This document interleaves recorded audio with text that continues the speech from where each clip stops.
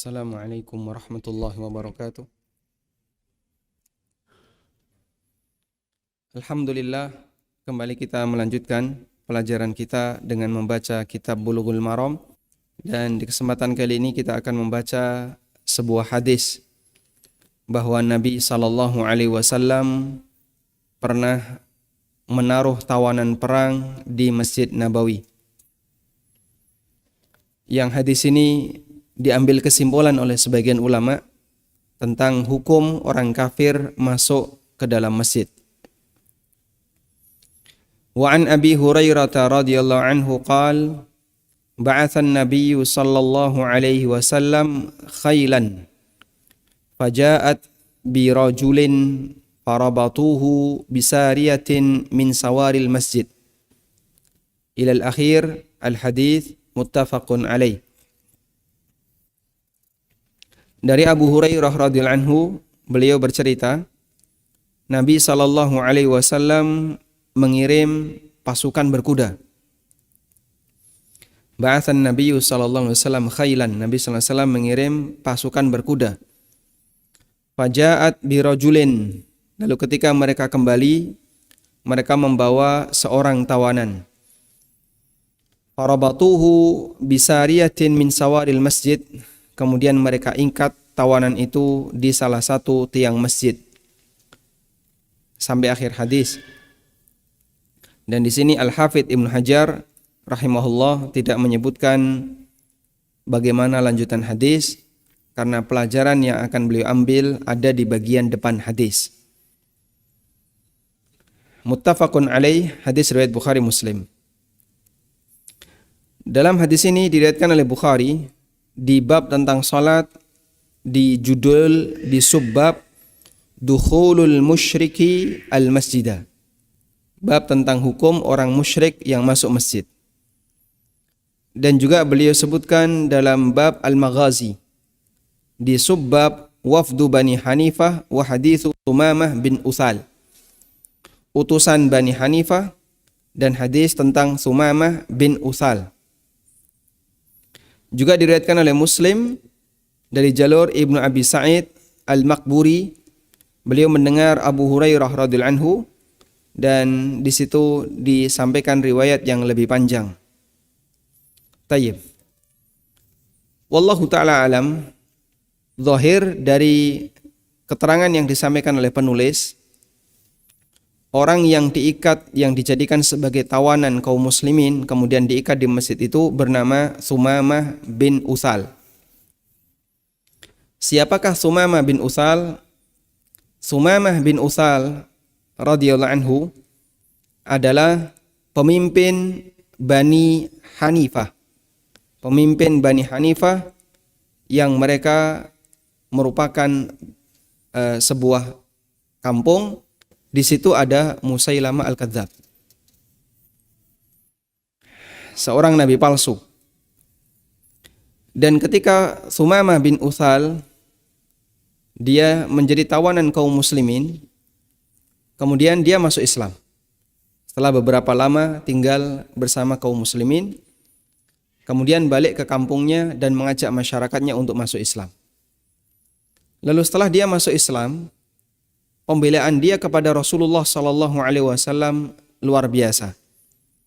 Dan salah satunya yang dilakukan oleh Thumamah bin Uthal radhiyallahu anhu adalah memboikot pasokan makanan ke daerah Mekah. Yang waktu itu Mekah belum ditaklukkan. Sehingga pada saat itu Mekah tidak mendapatkan pasukan makanan dari daerah Bani Hanifah. Akhirnya Thumamah bin Uthal berjanji, bersumpah, aku tidak akan melepaskan boikot ini sampai Rasulullah sallallahu alaihi wasallam yang memerintahkannya. Kemudian orang musyrikin Quraisy mereka meminta kepada Rasulullah sallallahu alaihi wasallam agar pemboikotan yang dilakukan oleh Thumamah bin Uthal dibatalkan. Lalu Nabi sallallahu alaihi wasallam mengabulkan hal itu. Kemudian baru setelah itu kampung dari Bani Hanifah mereka mengirim makanan ke daerah Mekah. Dan ini salah satu di antara dalil tentang keberadaan boikot yang dilakukan di zaman Nabi SAW untuk orang musyrikin. Pada waktu kasus kemarin ya, di mana Perancis dengan terang-terangan menghina Nabi SAW, lalu kaum muslimin angkat bicara dan memboikot produk-produk Perancis. Salah satu di antara dalil yang diangkat adalah peristiwa Sumamah bin Utsal. Sehingga nama ini mengingatkan kita akan boikot Perancis. Karena beliau pernah memboikot orang musyrikin Quraisy dan boikot itu luar biasa efeknya. Karena boikot sumber, bukan boikot produk. Kalau kita kan boikot produk. Produk dari Perancis yang dijual ke negeri muslim. Kemudian kita boikot dengan cara tidak kita beli. Tapi yang ini dibalik. Boikot dalam bentuk tidak akan mensuplai bahan makanan yang itu sudah rutin sejak masa silam, bahan makanan dari Bani Hanifah kepada orang musyrikin Quraisy. Dan itu memberikan pengaruh yang luar biasa karena jadinya bahan makanan di situ harganya melambung tinggi dan bahkan sebagian di antara mereka tidak mendapatkan bahan makanan yang layak. Tayyib. Dan boikot yang dilakukan oleh Sumamah bin Utsal itu bukan atas pengetahuan Nabi sallallahu alaihi wasallam. Tidak atas pengetahuan Rasulullah sallallahu alaihi wasallam. Artinya inisiatif pribadi beliau. Sehingga ini salah satu di antara bukti bahwa sah-sah saja individu muslim itu memboikot produknya orang kafir. Sehingga boleh saja misalnya saya tidak mau mengambil produk orang Yahudi. Silahkan, itu hak pribadi.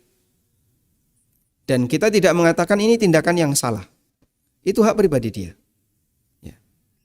Meskipun ya, kalau ada negara yang secara resmi, ya, ada suara bocor suara ini, mungkin dikecilkan. Kalau ada negara yang secara resmi memboikot produk orang kafir, maka jika ada seorang muslim yang dia mengambil produk orang kafir itu, ini masuk dalam kategori pengkhianatan. Sehingga tolong bedakan dua hal ini ya. Ada pribadi muslim yang memboikot produk orang kafir tanpa ada komando dari pemerintah muslim. Seperti ini kita biarkan, silahkan, itu hak dia. Sah-sah saja, dia boleh saja. Jangankan demikian, andai kan ada orang yang dia nggak mau belanja dari toko A, dia maunya belanja dari toko B dan dia berusaha menghindari toko A. Silahkan, sah-sah saja, itu kepentingan pribadi. Namun kalau ada negara Islam yang secara resmi pemerintahnya memboikot produk dari negara yang lain, dari negara kafir yang lain, maka seluruh rakyatnya wajib untuk ikut. Jika ada salah satu di antara rakyatnya yang dia ternyata mengambil produk dari negara kafir yang diboikot tersebut, ini termasuk di antara tindakan pengkhianatan. Baik. Saya menyampaikan ini karena ada sebagian yang salah paham dalam memahami tentang masalah pemboikotan, dan mereka punya anggapan bahwa memboikot produk orang kafir secara individu adalah sebuah kesalahan.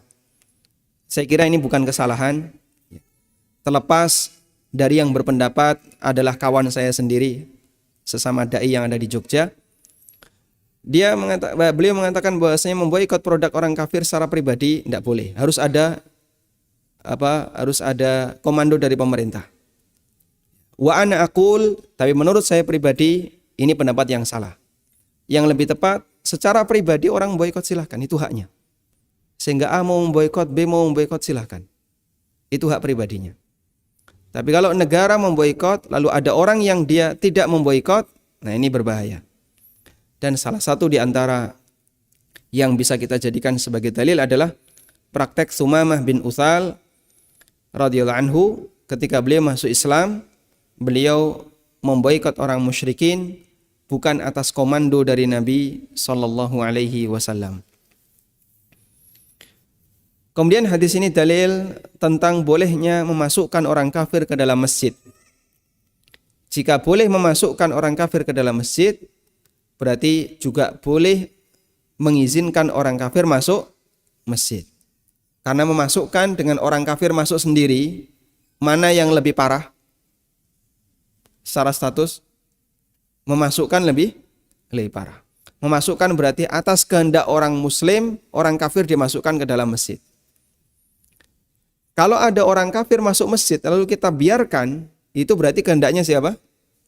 Orang kafir yang dia masuk masjid. Dan kita cuma membiarkannya. Sudah? Berarti dari sisi tingkat kehendak memasukkan orang kafir ke dalam masjid itu lebih tinggi, lebih parah derajatnya dibandingkan membiarkan orang kafir masuk ke dalam masjid. Jika yang lebih parah boleh, apalagi yang lebih rendah. Paham insyaallah ya? Kalau memasukkan boleh, apalagi cuma membiarkan orang kafir masuk masjid.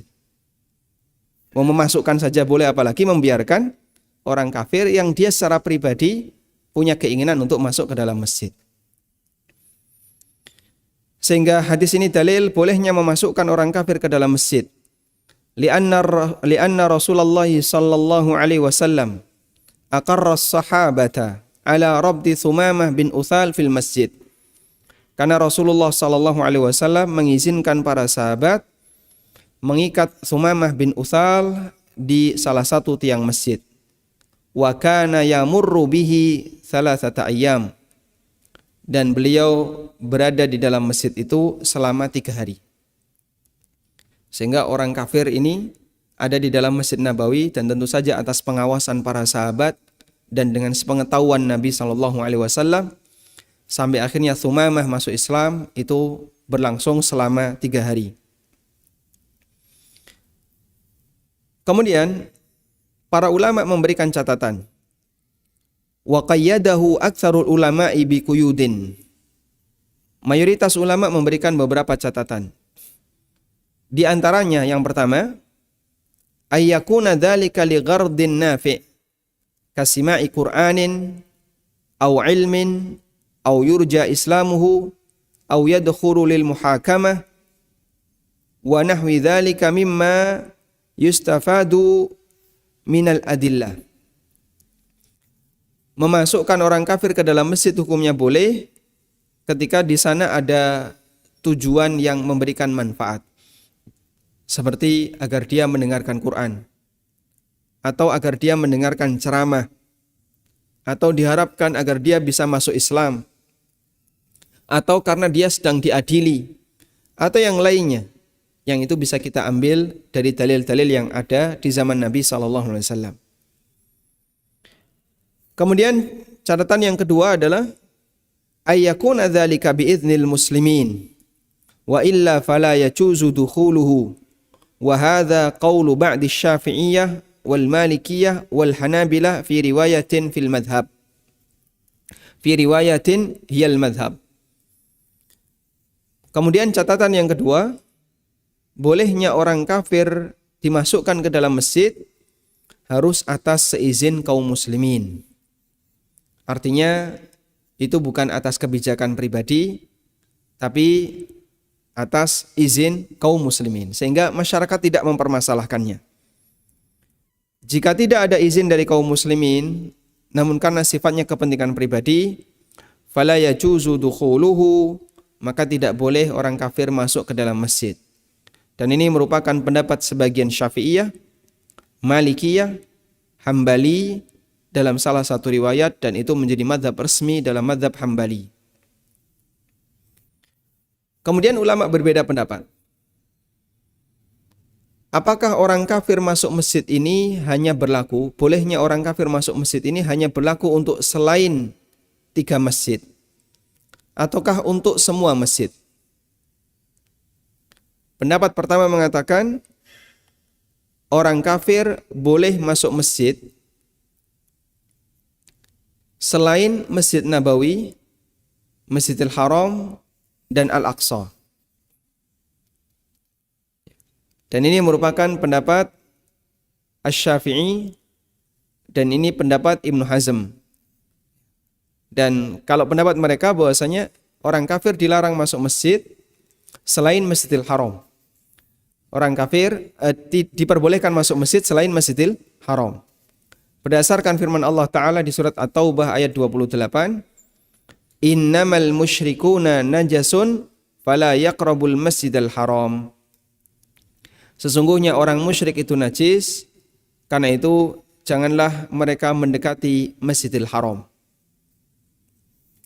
Kami ulang, tentang bolehnya orang kafir masuk ke dalam masjid, apakah mencakup semua masjid ataukah ada pengecualian? Pendapat pertama mengatakan orang kafir diperbolehkan masuk masjid kecuali Masjidil Haram. Dan ini pendapat Asy-Syafi'i dan pendapat Ibnu Hazm. Berdasarkan firman Allah di surat At-Taubah ayat 28. Innamal musyrikuna najasun fala yaqrabul masjidal haram. Sesungguhnya orang musyrik itu najis, maka mereka tidak boleh mendekati Masjidil Haram. Binaan ala anna najasatal musyrik najasatun badaniyah. Dan itu sebagai konsekuensi bahwa status najisnya orang musyrik adalah najis fisik. Karena orang musyrik itu ketika mereka buang air, kadang mereka tidak bersuci dengan sempurna. Ketika mereka kencing, kadang mereka nyiprat-nyiprat ke badannya. Bahkan kadang mereka tidak cebok, selesai kencing langsung pakai celana. Mereka junub dan mereka tidak mandi junub. Sehingga ada banyak status najis badan pada diri orang kafir. Pendapat yang kedua, bahwa orang kafir boleh masuk masjid ke semua masjid tanpa pengecualian termasuk Masjidil Haram.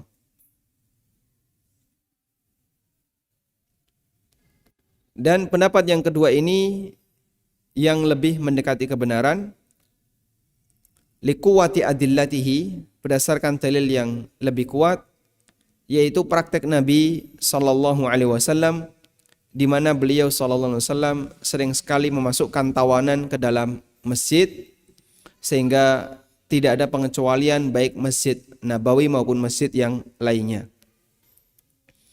Di samping itu ada maslahat besar apabila kaum muslimin memasukkan orang kafir ke dalam masjid,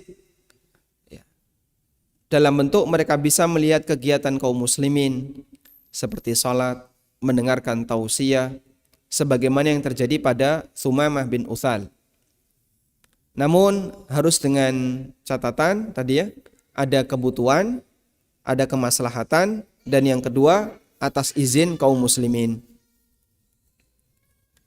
Karena setiap kegiatan yang itu terjadi pada kaum muslimin di zaman Nabi SAW itu berkaitan dengan kepentingan umum mereka, sehingga diizinkan oleh Rasul SAW, sebagaimana ketika mereka mengikat tawanan di dalam masjid. Di samping itu adalah hadis Jubair bin Mut'im. Jubair bin Mut'im ini tawanan perang Badar. Pada saat beliau menjadi tawanan perang Badar, beliau diikat di dalam Masjid Nabawi. Lalu Nabi SAW mengimami sholat maghrib. Saat Nabi SAW mengimami sholat maghrib, beliau membaca surat At-Tur. Di surat At-Tur itu ada kalimat seperti ini. Am khuliqu min ghairi syai'in am humul khaliqun am khalaqus samawati wal arda bal la yuqinun. Apakah mereka itu diciptakan tanpa asal? Am humul khaliqun, atau mereka menciptakan diri mereka sendiri? Am khalaqus samawati wal arda bal la yuqinun, apakah mereka telah menciptakan langit dan bumi? Namun sayang mereka tidak memiliki keyakinan tentang keesaan Allah Subhanahu wa taala. Kata Jubair bin Mut'im radhiyallahu anhu, ketika mendengarkan ayat ini di surat At-Tur, beliau mengatakan, kada qalbi ayyatira. Hampir saja jantungku itu copot. Kata Jubair bin Mut'im, hampir saja jantungku itu copot. Karena ayat ini Masya Allah, begitu pertama kali didengar oleh orang musyrik yang dia paham tentang sastra Arab, dia membuat kesimpulan betapa indahnya kalimat yang ada di sana. Dan dia terkesan dengan ayat itu, dan itu menjadi sebab beliau masuk Islam. Jubair bin Mut'im, dan akhirnya menjadi pembela Nabi sallallahu alaihi wasallam. Demikian pula tentang kisah orang Badui yang mereka masuk masjid. Kemudian dia ikat ontanya di dalam masjid. Lalu bertanya kepada Nabi sallallahu alaihi wasallam tentang Islam. Akhirnya dia pun masuk Islam. Dan kejadian itu terjadi berkali-kali, dan itu dalil bahwasanya Rasulullah sallallahu alaihi wasallam mengizinkan praktek seperti ini, orang kafir masuk ke dalam masjid dalam rangka untuk belajar Islam. Lalu bagaimana dengan firman Allah Ta'ala, innamal musyrikuna najasun fala yaqrabul masjidal haram. Orang musyrik itu najis, maka tidak boleh mendekati Masjidil Haram. Ayat ini diberi jawaban oleh para ulama yang membolehkan orang musyrik masuk masjid dengan mengatakan bahwa yang dimaksud larangan di sini adalah man'ahum minal haji. Allah melarang orang kafir itu untuk berhaji.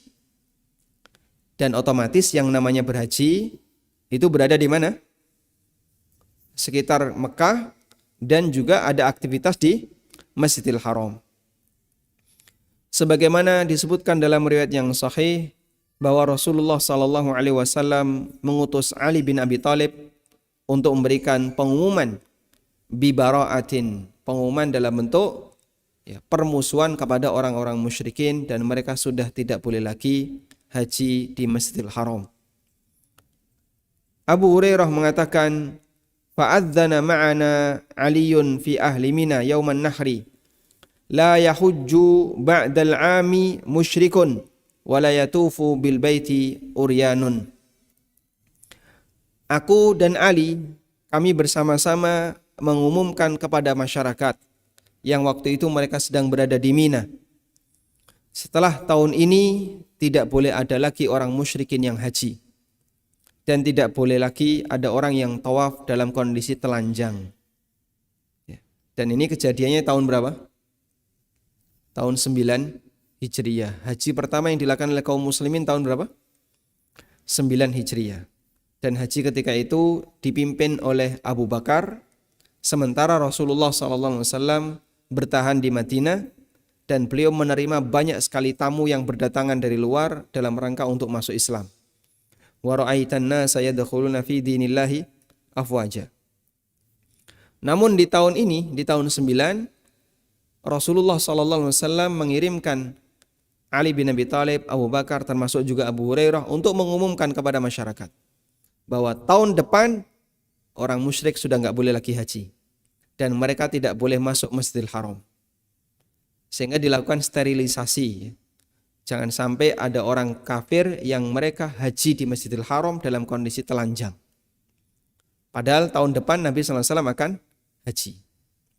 Rasulullah SAW haji di tahun 10 Hijriyah. Sebelumnya Abu Bakar, Ali bin Abi Thalib, termasuk juga Abu Hurairah. Dilakukan pembersihan. Nggak boleh ada orang musyrik yang ikut haji bersama Rasulullah SAW.